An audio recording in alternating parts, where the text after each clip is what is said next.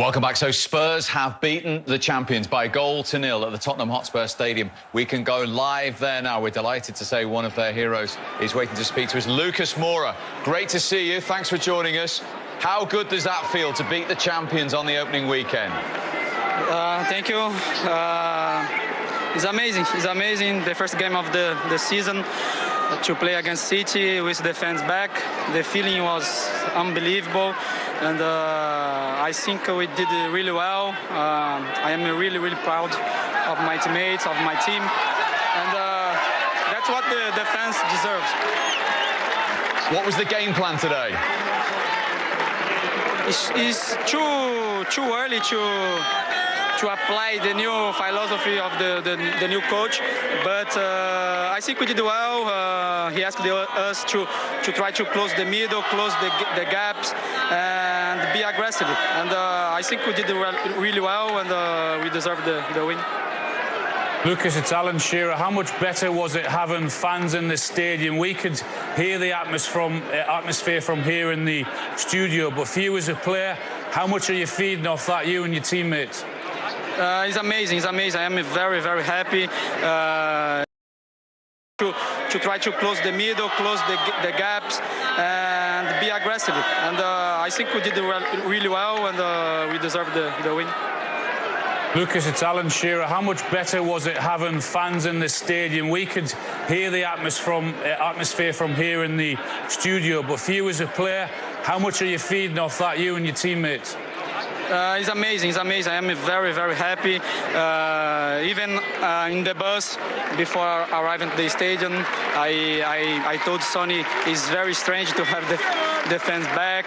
A lot of people around the stadium, but I am very happy because it was a tough period with no fans, difficult situation for everyone.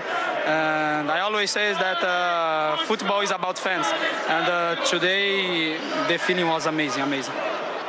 Lucas, and what does it do for the first game under Nuno, your new manager, to go and beat the champions? How much confidence does that give you from your first match? I think it's the best way to start the season, beating the champion. We know how hard it is to play against them. It's hard to have the ball, but we controlled the game very well. And we know that against them we have to have a high commitment, effort, and fight for the ball every time. And it was what we did today. The only way to beat them is like this. Lucas, time and time again, you caught Manchester City on the break and the counter-attack with your pace, with Son's pace. Was that something you've worked on in this week? Because I thought the two of you were magnificent the whole game in doing that, and you could have won by more.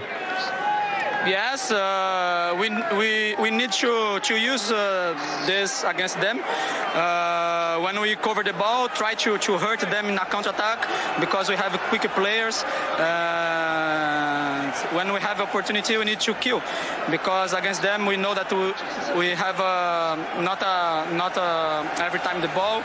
And the few times that we have the ball, we need to hurt them and to kill the game. Lucas, very well done, and thanks very much indeed for joining us. Thank you very much. My pleasure. Thank you. And I know, Les, in particular, you were in very today. Yeah, his movement, you know, I've watched him a few times, and, you know, I remember the first time I saw him live, I thought his movement was exceptional. But today he stepped up to the plate. He was one of those players that stepped up to the plate, and he was a driving force. Every time they broke, you know, he picked up. Ferrandino was trying to mark him, and he kept losing him, and he kept getting into those positions that were causing Man City real problems. And for me, he stepped up to the plate and did what he had to do today. Because you pointed out at half-time the potential threat on the counter-attack. Yeah, I think they spotted a weakness in the Manchester City defence, and I think they went after that weakness. They were brilliant at what they did. They defended deep when they had to, but because of the pace and the enthusiasm and the ability that they had in forward positions, when they won the ball at the back, it was bang, straight away. They were going to attack that Man City defence. And they could have caused them more problems in that first half. We highlighted when they got into good positions with a better ball or an earlier ball, and they could have scored one or two in that first half. And City didn't look at that warning, and it was successful for Spurs again in the second half, because there was 3 or 4 occasions where again they broke with pace, with the ability that they had, and that's eventually how they got the goal. But it could have been 2 or 3 more because of exactly that. Let's speak to a man who's had a fortunate seat, who knows the club inside out, of course. Our very own Glenn Hoddle was at the stadium today. Glenn, how much did you enjoy that performance from your former club? Yeah, it was a wonderful performance. Tactically, they got it absolutely spot on, Tottenham. You know, I think the first 10 minutes was their hardest moments. I think City came out the traps pretty quick, and you thought it was going to be a long, long day for them. But no, I've got to say they worked exceedingly hard. The tactics of the 3 front players not allowing City to come through the centre of the pitch worked a treat. And every man worked so hard for Tottenham. They really did. As Alan said, they're talking. It was all about the counter-attack, and they had opportunities to actually put the game to bed, but you wondered whether it was going to be one of those days where those positions and those chances that they created on the break, if they didn't take the second one, they could have got punished at the other end. But no, all in all, it was a fantastic atmosphere here. It really was. The crowd were brilliant. They played their part as well. Glenn, were we right in here in the crowd singing, "Oh, you're watching Harry Kane"? Was that what they were singing? They absolutely were, Alan, yeah, and that was with a few minutes to go, and I'm thinking, oh, no, don't get the equaliser. But I thought we did have a laugh, actually. We had a little smile at that one, and I'm sure Harry would as well. But one swallow doesn't make a summer, does it? And in terms of the goal, did that sort of epitomise the plan of Tottenham all day, what you were talking about there? Yeah, I mean, I thought Moura was the man of the match. This little flick here that we're going to see is absolutely exquisite, perfectly weighted, and that's what they were doing all day to City, breaking quickly. And this time, you know, it was 1v1. They got the centre-back out there, and Son just comes in, no cover there. It's a poor goal to give away. I thought Diaz really should have done better. I think his keeper thought he should have done better as well. But this is it. They're banked up. They defended stoutly. They defended in numbers, but they broke as well. And I think that's the beauty when you've got pace in the side. And Tottenham did that to City time and time again today. And that's their Achilles heel, City. We know that. And, you know, Son punishes it beautifully. You know, he earned the space that he created. And he was left 1v1. You've got to get some cover. I don't care who you are at this level, especially Son, you've got to get better cover on the inside. Show him outside, but cover on the inside, because, you know, these players are sharp. If one little body swerve and they can open up spaces. So realistically, that cover wasn't there, and it's a terrific finish. But one I think Spurs deserved. Overall, I think they were the better team, the way they set up. Glenn, there's no doubt about it. I think that was certainly a tactic of Spurs, wasn't it, to hit them on the break, because there were 2 or 3 occasions, even in the first half, where with better balls and better quality, they could have caused them problems again. But Man City didn't learn from that, and they got caught 4 or 5 times in the second half. Well, they did. You know, I felt there Højbjerg just takes it on another 2 or 3 yards, then slides Sonny in. That would have been better. Those were the opportunities Spurs were creating, and I was sitting up there thinking, no, you've got to punish them. You've got to take those opportunities. Alan, we know you cannot have the ball against City. You can't expect to take the ball off them. You have to hit them on the break. And most teams that play against them, that's the only thing. And Spurs did it really well. This is a great example. On the edge of the box, they break, first pass forward, which is important. And there, for me, is the man of the match. Moura was absolutely superb. And again, it's 1v1, it's 2v2s, and you're just thinking, can they just get that goal? But, you know, patience. In the end, they did it. It was a good closing from Dele Alli. Dele Alli played a lot deeper today, and he played really quite a disciplined role and did it well. And what about young Tanganga at the back in terms of having to face Grealish and Sterling on one side? I thought he was magnificent, wasn't he? He was. I mean, you know, tactically and defensively, they got it right. He was absolutely brilliant defensively. He did his job. As you say, he had 2 players sometimes to deal with, and this is the opportunity there that I thought would have killed the game off from Bergwijn, but it wasn't to be. Tanganga, defensively, as good as anyone on the pitch. He really was. And the applause that he got when he came off behind the goal, where the big 17,000 copies, was quite incredible. You know, if you're ever going to go off, that's the place to go off. If you've had a good game, that is. Yeah, given the team, Les, because you shared your concerns when you saw the lineup, you know, to produce a performance like Glenn says, tactically like that will give them so much confidence, won't it? Yeah, I think so. I think, you know, when I looked at the back four, I thought if City gets at them, there'll be a problem. But I thought tactically they were absolutely spot on with, I think, Skip and Højbjerg in the middle there, just protecting the back four. I thought they was absolutely fantastic. No, they were. They got it right, and Nuno's got to be applauded for what he's done in his first game. It really was they did it in the League Cup final like that, strangely enough. Now, whether they've learned from that, they didn't do it behind in the midfield areas. That wasn't as good in that final, but the front three they squeezed in and made sure they didn't go through the middle, so they might have learned a little bit from that, but then they took it on. But the main thing when you're playing like that, guys, as you would know, you've got to have some pace, you've got to be able to break and be a threat at the other end, and Spurs were that all day long.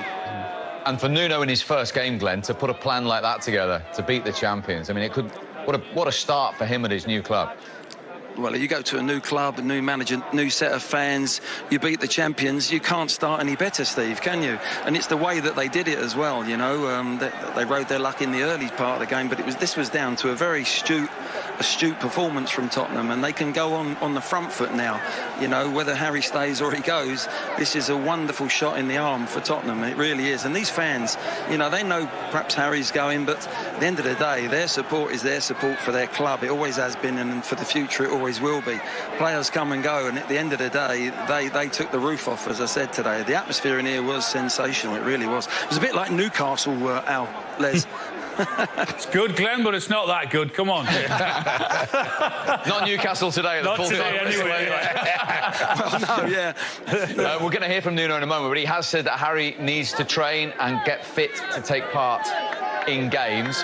What do you think the next chapter of this subplot is, Glenn? Well, unfortunately, as a Spurs man, I'd love him to stay, but I wouldn't begrudge him, and I don't think these Spurs fans would begrudge him moving on to City to try and win trophies.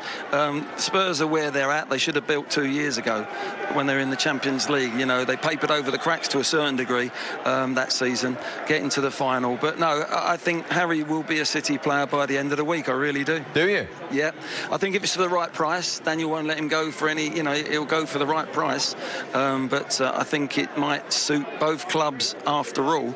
And the main thing for Nuno and Tottenham is that they get him over the line and get it done so that the money can be spent, probably not all of it, but can be spent in time before the transfer deadline shuts. And this time, I didn't think they used Gareth Bale's money particularly well back in that time. And I think this time they've got to learn from the lessons and make sure that they get the players in of quality. They've already got some quality here. People like Mora, people like Bergwijn, they've got to come to the party more consistently. I think people are forgetting that. Son we already know about, but at the end of the day, there's got some good players here, and if they can add to it, you know, who knows what can happen. But I think it's going to be a patient season for Tottenham fans. In terms of that result today, Glenn, that can only help Dan getting his asking price, can't it? Absolutely, without a doubt. You know, and there's some confidence about the place.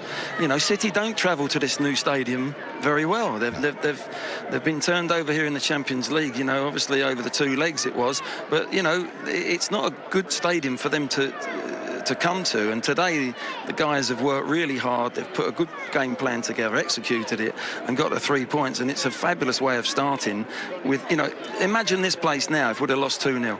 You know, Harry not going to be leaving. It would be totally different. There is a buzz in this place, and rightly so. So yes, it's not a bad week to do any negotiations.